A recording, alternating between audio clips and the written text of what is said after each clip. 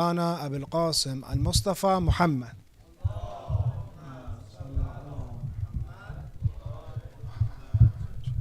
وعلى أهل بيته الطيبين الطاهرين ولعنة الله على أعدائهم إلى قيام يوم الدين. May Allah accept your fasting, your du'as be accepted, and your acts of worship, inshallah, be accepted.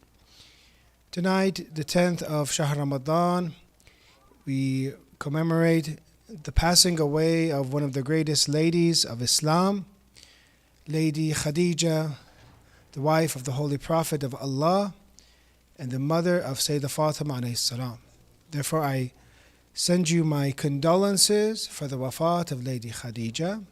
Tonight we'll dedicate this talk, this lecture to her, and inshallah we can make ourselves become closer to that path that she has laid before us, the path of sacrifice, the path of sincerity, and the path of loyalty, inshallah.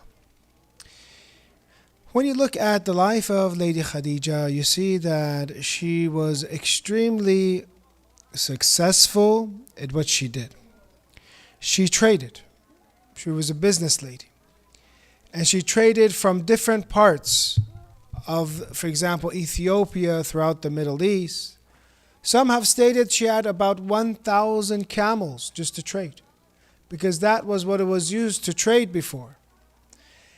And some say that her house is so large that many of the people of many of the people of Mecca would be able to fit in that house because it's so large.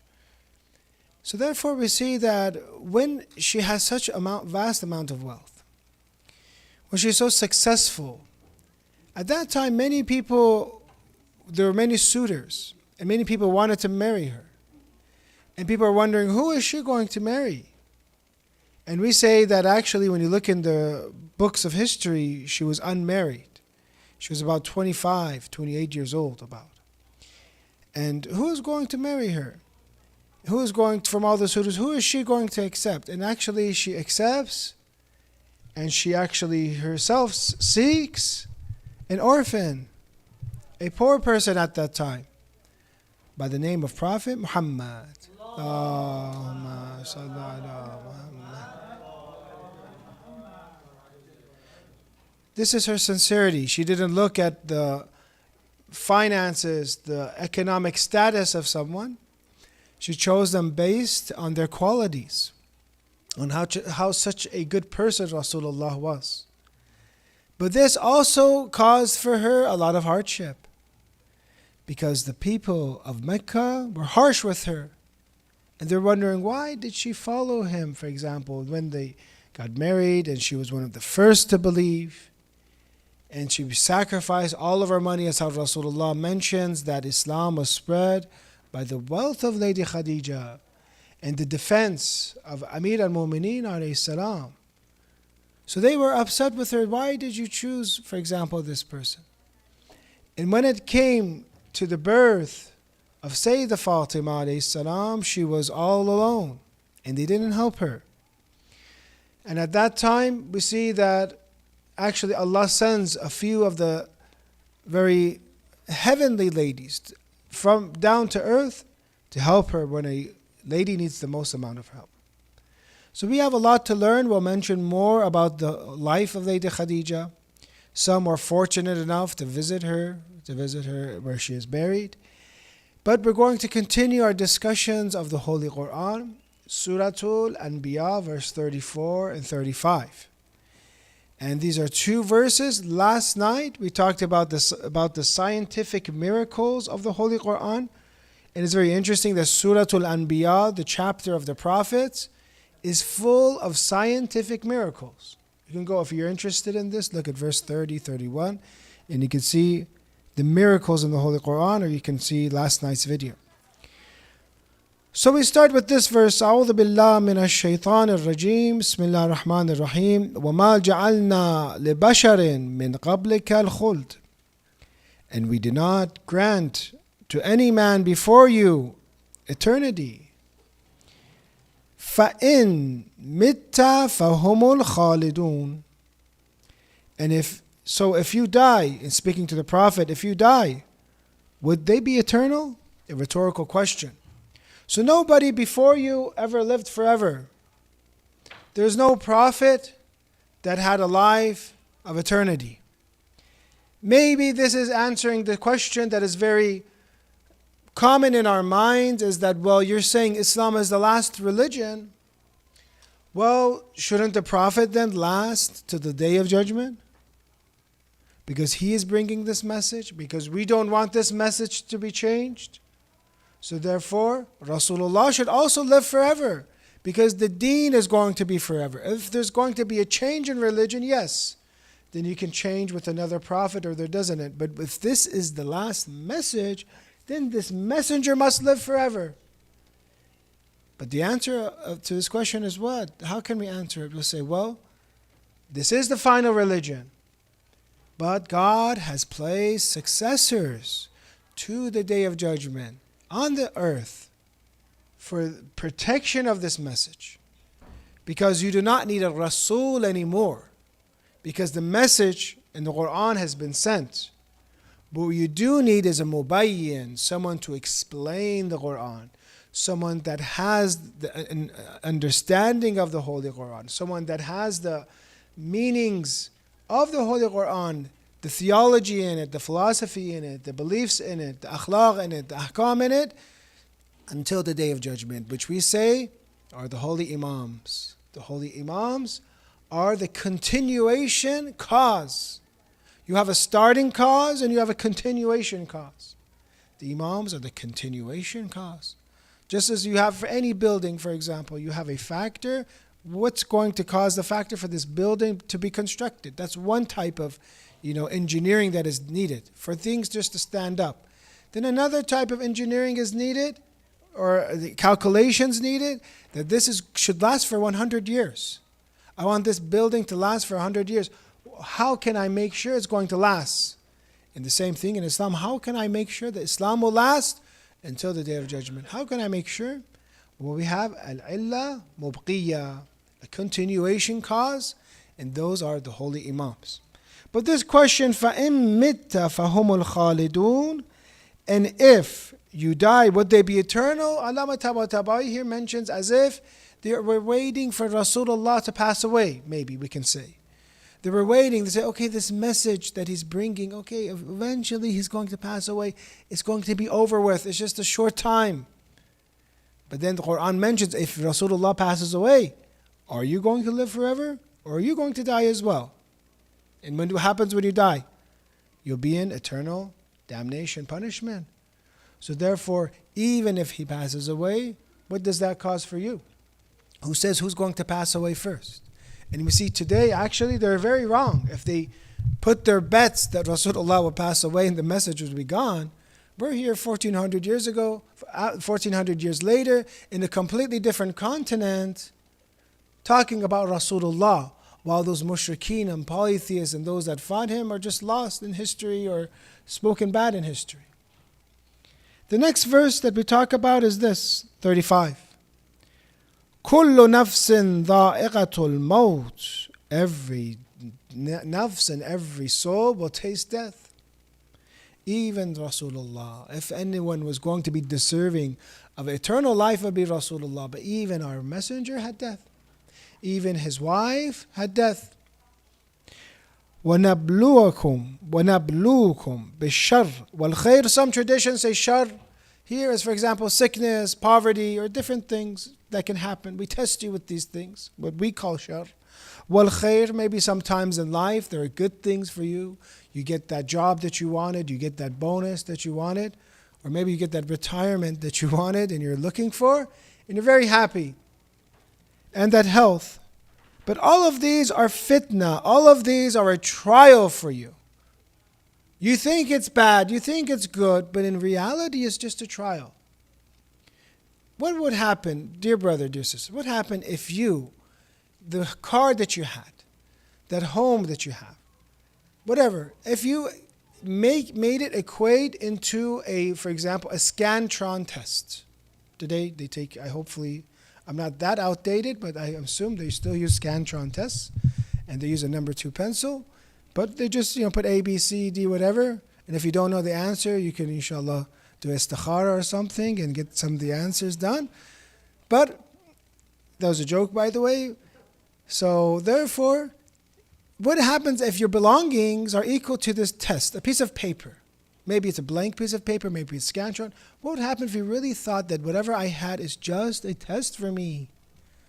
That would mean I wouldn't have any attachments to it anymore. Allah gave you a nice car. Okay, you worked. Okay, great. But who gave you the intellect to work? Who gave you the health to work? Who gave you the ability to get hired or to have your own business? All this is from Allah. You worked hard, but you needed so many things around it for you to become successful.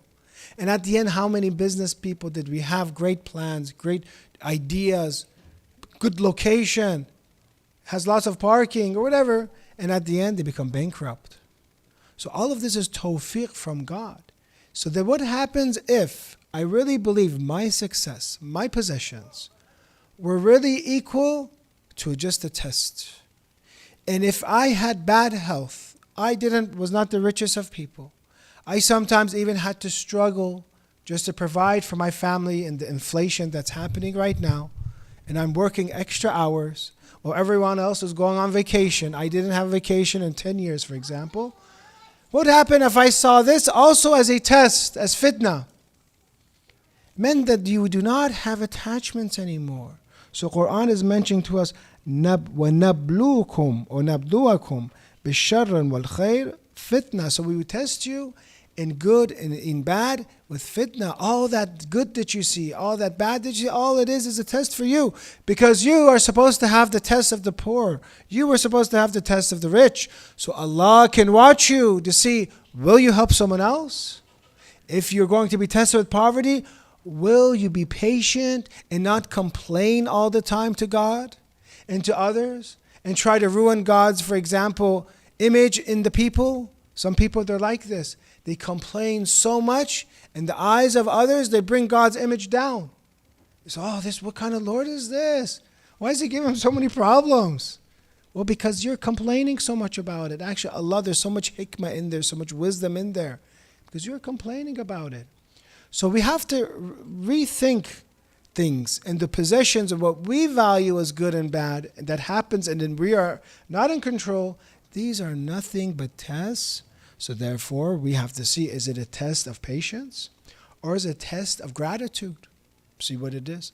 And do not become arrogant. If I have more money than someone else in the community, I do not need to become arrogant. And if I am poorer than other people in the community, I do not need to be ashamed, because these are all tests from God. As I said, like that Scantron paper.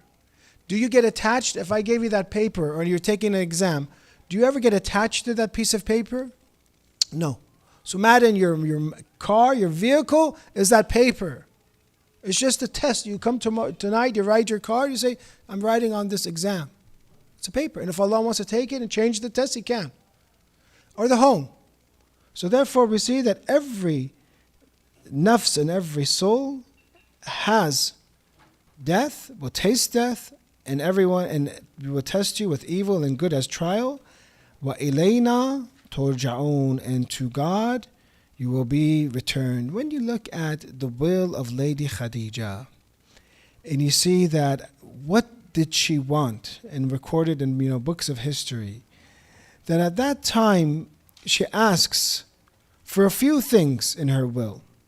One is, even first of all, Lady Khadija has death, the wife of Rasulullah. And this for him was devastating. It was Amul Huzn, the year of grief, because Abu Talib was also his wafat in Shahr Ramadan. And also Lady Khadija, her wafat, this became the year of grief. But her will is mentioned, she said, one, forgive me for my shortcomings. Forgive me for my shortcomings. Imagine a lady that was the richest in Arabia, maybe the richest person in Arabia, gives away all her money for Islam. And at that time, she has nothing. In 3 years, in Shi'ba Abi Talib, where the Muslimin sometimes would have to split a date to remain alive and boycott. At that time, she suffered obviously with the Muslimin. And she gave all of her money. But then, at that time, you would say, I apologize, forgive me for my shortcomings. Look at the centers that we have, not this masjid, other masajid. Imagine, for example, when people give lots of money to masjids or centers or Husseinias or even sometimes shrines, they have a sense of entitlement, some people. Not everyone, some. They say, look, I gave them money for this masjid. I'm entitled to something. I have to be, for example, have this position. You have to listen to me.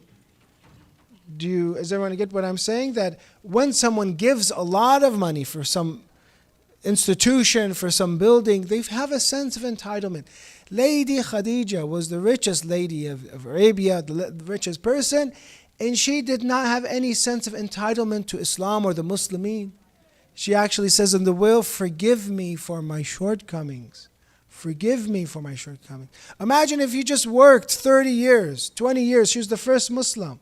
You just worked hard 20, 30 years in a masjid and nobody even mentioned your name. And then they said at the end you have to go, for example. Would you say, hey, wait a minute, I worked here for 20 years. I should have something here, you should listen to me.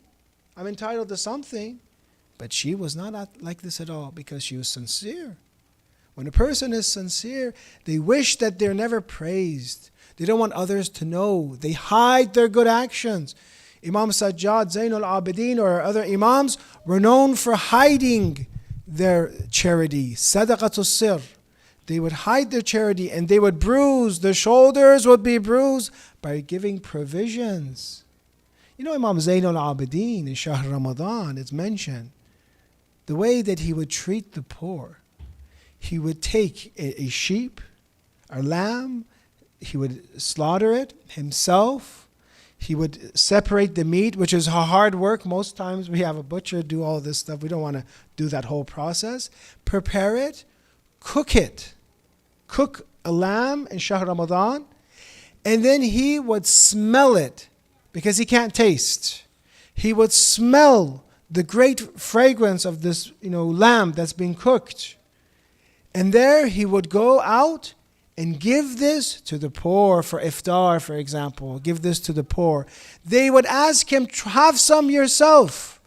Have some, you've cooked. Imam Zain al-Abidin, you cooked, you were fasting. You smelled and it smelled great. And you provided and he would have bread and dates. Bread and dates, he wouldn't eat from that meat. So this is the ways that we learn from the Prophet and his noble family, from Lady Khadija, that they worked 100% for Allah, not wanting any appreciation, thank you very much, and not boasting. One time, for example, what did you do? You brought me a Shayba Abi Talib, I'm a billionaire. I can't eat this, for example. Where's this food, for example? I can't eat this. Give me some more. This was my money you guys spent, for example. So therefore we understand that Lady Khadija for sure was not like this. And this is the way that, brothers and sisters, we have to learn to be. We have to be sincere. And we have brothers like this, sisters like this in the community, but sincere, unknown, anonymous people. Once I was looking at the biography of one of our great Maraj al-Taqlid, Ayatollah Wahid al-Khurasani. And he's over 100 years old. Great teacher. Some say he is of the top tier of jurists.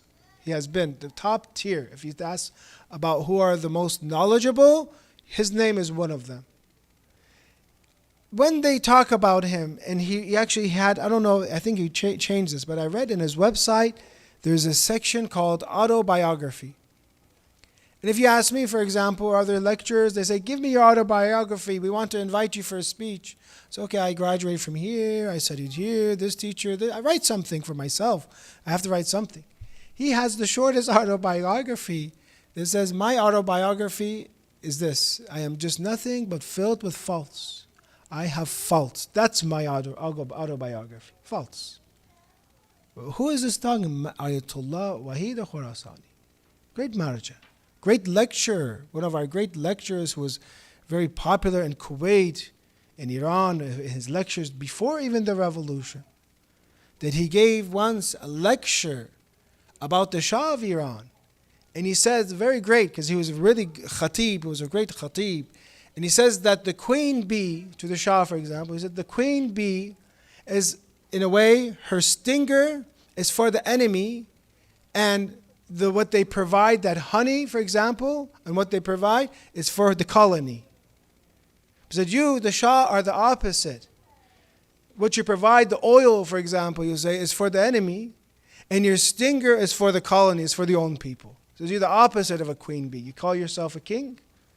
And then Imam Khomeini mentioned to Ayatul Wahid and says, what you did in your speech was 1 year of our revolutionary work, with one speech. And then he writes about himself later on that I am full of faults. So we have to understand that we have to put this arrogance aside and put our ego away. If you want to work in Masjid, Allah will test you. And you will figure out, am I sincere or am I not sincere? Allah will test you, because there will be times people will complain, people will test you. At least they'll test your patience. They'll test your patience and they'll see what's going on, for example. So we need to learn from Lady Khadija alayhi salam that the first thing that they mentioned in her will was that, forgive me, Rasulullah. Why? Forgiveness for what? What did she do? What did she do? 2, she worried about her daughter Fatima to Zahra, because her daughter is about 5 years of age when she's losing her mother. 5 years of age. And she's asking to take care of Fatima, because her mother is not going to be there anymore for her. Every mother has dreams, to see the wedding of their daughter, to see her grandchildren, for example. But she did not get the opportunity to see Imam Hassan and Imam Hussein alayhi salam, what great grandchildren she has. She didn't get to see him, but she was worried about her daughter Fatima to Zahra alayhi salam. 3rd, she was afraid of death. She was afraid of death and asked Rasulullah, why don't you give me that cloak? When Jibreel came to you and recited the first verses of Quran, that cloak that you had when the prophethood started, was commenced, give me that and bury me in that. Bury me in the cloak of Rasulullah. Why don't you do that? Because I am afraid of death. I'm afraid of the grave. Brothers and sisters, are we afraid of grave? She gave billions, whatever, equating to today, dollars for Islam. First to believe was actually one of the muntadirin. They say she was waiting for the final messenger. But yet, she was afraid. I mentioned this story that Imam Ali alayhi salam, sometimes he would dig wells, because that time period when they set Imam Ali alayhi salam aside, and they did not want tafsir of Quran from Imam Ali. They didn't want the meaning of Quran.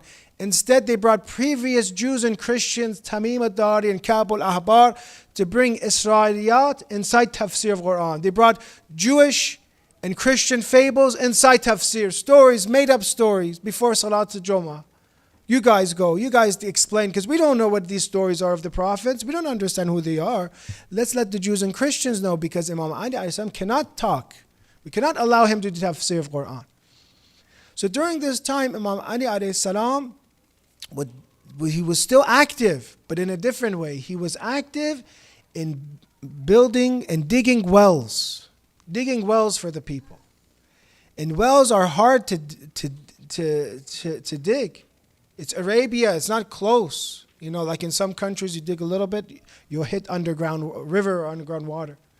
He would dig and dig and dig and dig, and they say that when he would come up from the well, his face, his whole body was full of dirt. And some of these wells that he has today exist from the barakat of Imam Ali, from the quality that Imam Ali, it says the water, it says Bi'ra Ali alayhi salam, Bi'ra Ali, from the well that Imam Ali alayhi salam has dug. And then they say he would come up from the well, before even wiping off the dust or mud or whatever, and would write and say, this is for the Muslimin, this is waqf, this is for the Muslimin, so that Ali alayhi salam will be freed from the hellfire. So that Ali alayhi salam will be freed from the hellfire. This is for the Muslimin. But yet we sit here in Shahr Ramadan and we read the dua, Al-Ghawth, Al-Ghawth, Khalisna min al-Nari, Ya Rab. Free me from the hellfire. Free us from the hellfire. But I don't really mean it, because you know what? In the bottom of my heart, I really think I'm saved already. I really think I'm not going to hell. That's not for me. That's for example, the other brother that's sitting next to me, for example, reading the dua. That's not for me. That's for the other masjid, for example. It's not for this masjid. But Imam Ali alayhi salam was afraid of the hellfire. Lady Khadija was afraid and says, bury me with this. Didn't say, no, I am fine. I gave so much money to Islam. They better come and take care of me. There's no such, ideology that she had. So therefore we understand that this is one of the qualities that a Muslim should have, and we can learn from Lady Khadija, is to have ithar, sacrifice. Sacrifice for Islam. Money for Islam. Time for Islam. You will regret it. We said all of these khair and shar is a test. If you have extra time, if you have extra, for example, money, if you have, or even if you don't have extra money, whatever resources you have, you will regret one day. I say, I wish I would have spent it on the way of Allah. It's for you. Not for masjid, not for these places, inshallah, will continue because the Imam of the age is helping these places. This is from the barakat of Imam al-Zaman. But we just want you to participate in it so you can also have barakat. And you can be in the hereafter and say, thank you, Allah, I had time, I had skill, I gave it for masjid. And then what does Allah do for you? He brings barakat. Before it's even give that money for masjid, for example, it comes back to you. There's this person, they say in Iraq, he would give his money in the way of Imam Hussein for Arba'in. Poor family, poor person. Whatever he saved the entire year, he would give to Imam Hussein alayhi salam. But he says, I am sad. So why are you sad? He says, every year I give all my money. Immediately something happens. All that money comes back year and year. Right when I give it, that money comes back to me. I'm sad. I don't want it. I want to give it to Imam Hussein so it doesn't come back to me. But it keeps coming back. I'm sad. I want all to go for Imam Hussein alayhi salam. So therefore we have to learn sacrifice from Lady Khadija, sacrifice for Fatima al-Zahra alayhi salam, and sacrifice from Rasulullah and the Imams that followed. We're going to dim the lights and now talk about some of the difficulty that Lady Khadija, Sayyidah Fatima alayhi salam had. We dim the lights if we can. We can lower the lights and we will recite from Amaliyat Tusi. Shaykha Tusi narrates. Amali is imla. Imla means to write, to dictate. You dictate to someone and they write. The students, Shaykha Tusi would give a hadith and the students right there would write down that narration. There's Amali of other scholars, but this is Amali Shaykha Tusi. Narrated from Ja'far ibn Muhammad alayhi salam, Imam Sadiq, يقول, would say this, لما توفيت خديجة رضي الله عنها جعلت فاطمة صلوات الله عليها تلوذ برسول الله صلى الله عليه وآله وتدور حوله. At that time, when Lady Khadija passed away, Fatima al-Zahra was next to the Prophet. Taduru hawla was around the Prophet. فَتَقُولُ يَا أَبَتِي أَيْنَ أُمِّي. I want you to take you to Mecca. Take you to this 5-year-old Fatima al-Zahra. This innocent child wondering, what about my mom? Father, where is my mom? How sad it is. Maybe some of you had parents pass away. But this is a 5-year-old wondering, where is my mother? And what a great mother she had. Where is she? Fatima al-Zahra is saying in narration. Ya Abati, Aina Ummi, where is my mother?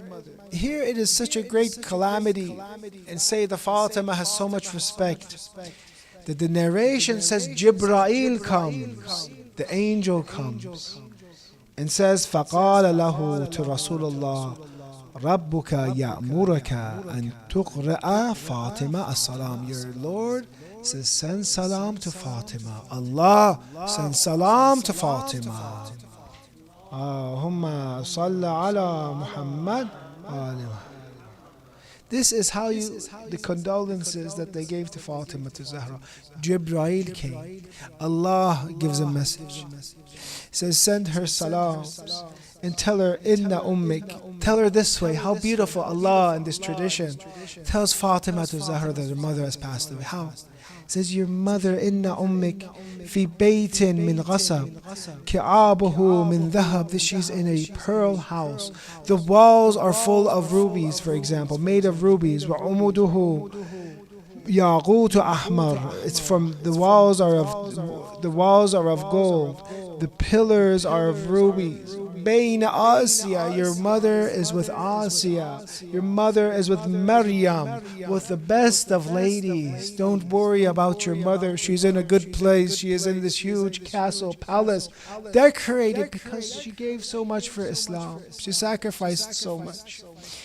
This is the response of Sayyidah Fatima at such a young age. She finds out that her mother has passed away. She finds out that Allah sends salam. She mentions that Inna Allah huwa salam. Allah is salam. Wa minhu salam, and salam and peace is from Him. Wa ilayhi salam, and towards Him is salam. We mourn for Lady Fatima to Zahra on such a night, and we ask Allah, we send her our condolences to Rasulullah, Lady Fatima, for their loss. And we ask Allah to give us, inshallah, the ziyarat of Lady Khadija. Allow this majlis we had for Lady Khadija to make Sayyidah Fatima and Rasulullah happy with us, inshallah. Ya Allah, because of the honor of Sayyidah Khadija, forgive our sins, inshallah. Give us, grant us our hawa'ij and our du'as, whatever we want that is good for us. Bless the souls of our family members and friends that have departed. Accept for us our fasting and acts of worship. Prepare us for the nights of Qadr, inshallah. Wake us up before it's too late, and allow us to sacrifice in the way of Allah and expedite the return of the Imam of the age with a salawat ala Muhammad wa ali Muhammad.